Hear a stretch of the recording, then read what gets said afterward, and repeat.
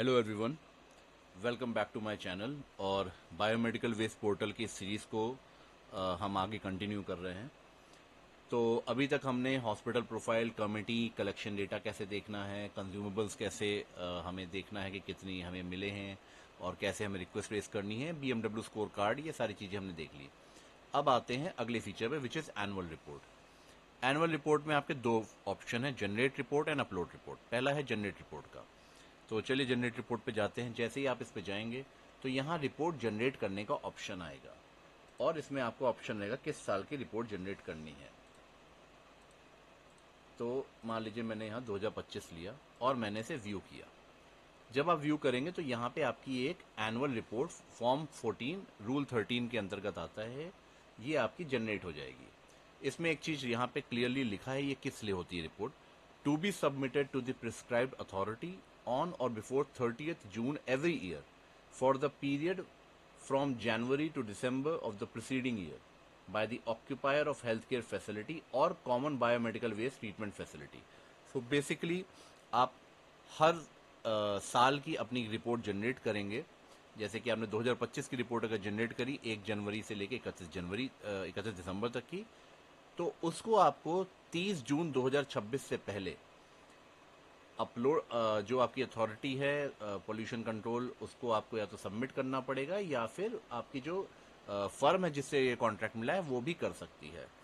तो इसमें आपको क्या है, इसमें बेसिकली आपकी सारी डिटेल जो इस पोर्टल पे आपने अपलोड की होंगी वो सारी इसमें दिख जाएंगी। जैसे कितने बेड का हॉस्पिटल है, अभी water act and air act की कोई उसमें डिटेल अपलोड नहीं है तो वो ब्लैंक जा रहा है। Email ID, URL of website, ये सारी चीज़ें, कॉन्ट्रैक्ट की डिटेल्स जो हैं वो आ गई इसमें। उसके बाद कितना वेस्ट जनरेट हुआ आपका ऑन मंथली एवरेज आपकी फैसिलिटी से, हर कैटेगरी में, येलो, रेड, वाइट, ब्लू में। उसके बाद और जो आपके डिस्पोजल फैसिलिटीज़ वहाँ पे क्या है, अगर कुछ हैं तो उसका आपका यहाँ पे डिटेल आ जाएगा। तो इसी तरह से आपकी ये सारी डिटेल रहती है। जैसे ट्रेनिंग्स के डिटेल आ गई, कितनी ट्रेनिंग कराई गई, क्या स्टैंडर्ड मैनुअल ट्रेनिंग अवेलेबल है, number of personal not undergone any training, ये सारी डिटेल बेसिकली काफ़ी डिटेल रिपोर्ट है ये। और इसमें लास्ट में लिखा रहता है certified that the above report is for a period of 1 January to 31 December. तो ये आपकी रिपोर्ट है, ये एनुअल रिपोर्ट आप जनरेट कर सकते हैं। उसके बाद एनुअल रिपोर्ट में दूसरा ऑप्शन है अपलोड रिपोर्ट का। इस पे जाते हैं अपलोड रिपोर्ट पे। ओके, अब आपने एनुअल रिपोर्ट जनरेट कर ली, 2026 चल रहा है, 30 जून से पहले आप इसी में जो है चूज फाइल करके वो एनुअल रिपोर्ट आप अपलोड कर देंगे तो वो आपकी जो है पोर्टल पे रिफ्लेक्ट हो जाएगी। तो ये एनुअल रिपोर्ट का ऑप्शन है। इसके बाद आता है बीएमडब्ल्यू ट्रेनिंग का ऑप्शन।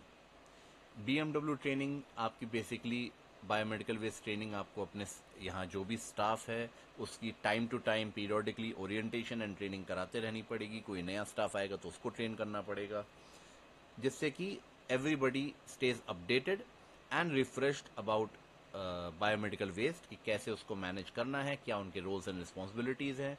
तो जब भी आप ट्रेनिंग कराएंगे उसकी डिटेल यहाँ पे डालेंगे, किस डेट में ट्रेनिंग कराई गई, किसने ऑर्गेनाइज करी। मान लीजिए कोई बाहर से कोई फर्म आती है या बाहर से कोई एजेंसी आती है ट्रेनिंग कराने के लिए, तो उसका डिटेल आप यहाँ पे डालेंगे। अगर आप खुद करा रहे हैं तो उसमें आप अपनी सीएससी का नाम डाल देंगे, कितने डॉक्टर्स ने अटेंड करी, कितने पैरामेडिकल स्टाफ ने अटेंड करी, अदर स्टाफ जो है उसमें से कितनों ने अटेंड करी, नंबर्स यहाँ पे बेसिकली मांगेगा 1 2 3 4 ऐसे करके।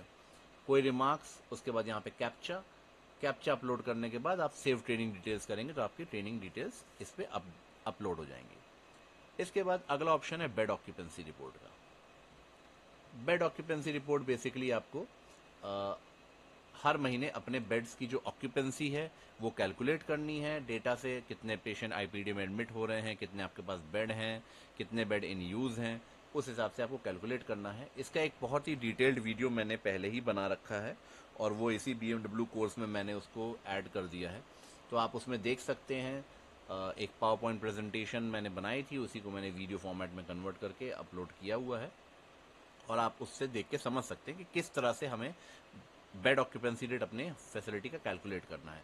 इसमें एक इंपॉर्टेंट चीज़ आपको ये याद रखनी है, बेड ऑक्यूपेंसी रेट आपका 80-85% से ऊपर नहीं जाना चाहिए, क्योंकि इससे ज़्यादा अगर जा रहा है तो इसका मतलब है कि आपके यहाँ ओवर क्राउडिंग की समस्या है और ये एक बैड इंडिकेटर होता है। तो आपका बेड ऑक्यूपेंसी रेट जो है जब भी आप कैलकुलेट करेंगे तो इसको बहुत जो फॉर्मूला है उसको लगा के प्रॉपरली कैलकुलेट करिए। और अगर ये ओवर जा रहा है 90% 95% जा रहा है तो डैट मीन्स कि या तो आपको नंबर ऑफ बेड्स बढ़ाने की ज़रूरत है या नंबर ऑफ एडमिशन्स आपको जो है जो हो रहे हैं उस पर देखने की ज़रूरत है कि क्या ऐसा तो नहीं है कि अननेसेसरी एडमिशन्स हो रहे हों। तो वो आपको अपने लेवल पे एनालाइज करना पड़ेगा। तो ये बेड ऑक्यूपेंसी रिपोर्ट का ऑप्शन है।